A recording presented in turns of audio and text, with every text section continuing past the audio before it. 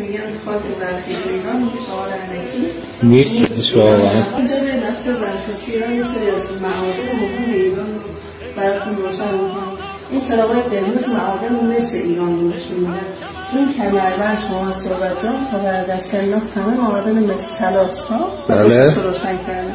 این کمربند رو نگاه کنید عمومی یه دختر همش معادن مس مهم ایران هست. ما بگیم معادن مس بزرگ تو ایران داریم.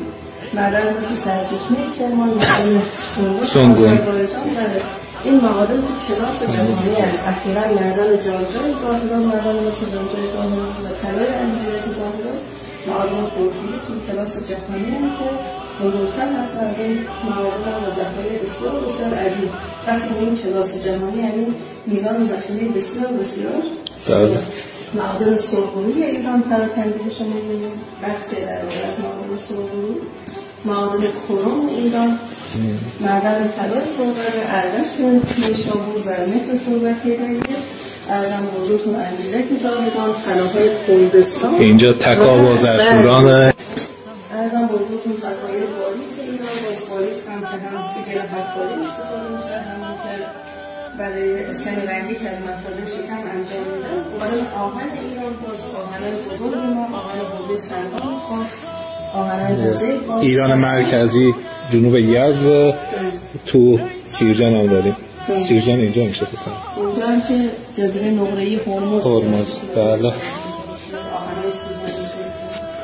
و ذخایر فسفات جایی که آهن فسفات با همه معمولا عناصر کمیاب، اورانیوم اینها توی این ذخایر داریم تو حوزه باف. ارزم موضوعتون که من زغالسنگ آبربند، زغالسنگ طلس، زغالسنگ شمشک البرز رو به شما نشون ندارم. من سنگ‌های ساختمانی ایران، محلات دلیجان، سنگ ساختمانی میگوری یزد، سنگ ساختمان سنگ سبز کرمان، اینا که اصلا وارد بازار ایران نمیشن. سنگ ساختمانی بسیار بسیار قشنگ که ایران داره و صادرات میشن. مثلا سنگ سبزی که تو حرم استفاده میشه تو این کشوری هست، در واقع اینا رو به شما نشون ندارم.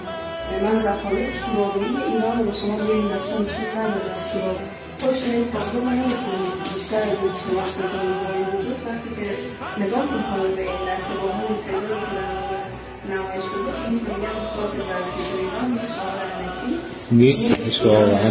ثروت معدنی پنجم کشور. حالا اینا فقط معدن‌های بزرگه، معدن‌های کوچیک چندین هزار تا بیشتر، 14,000 تا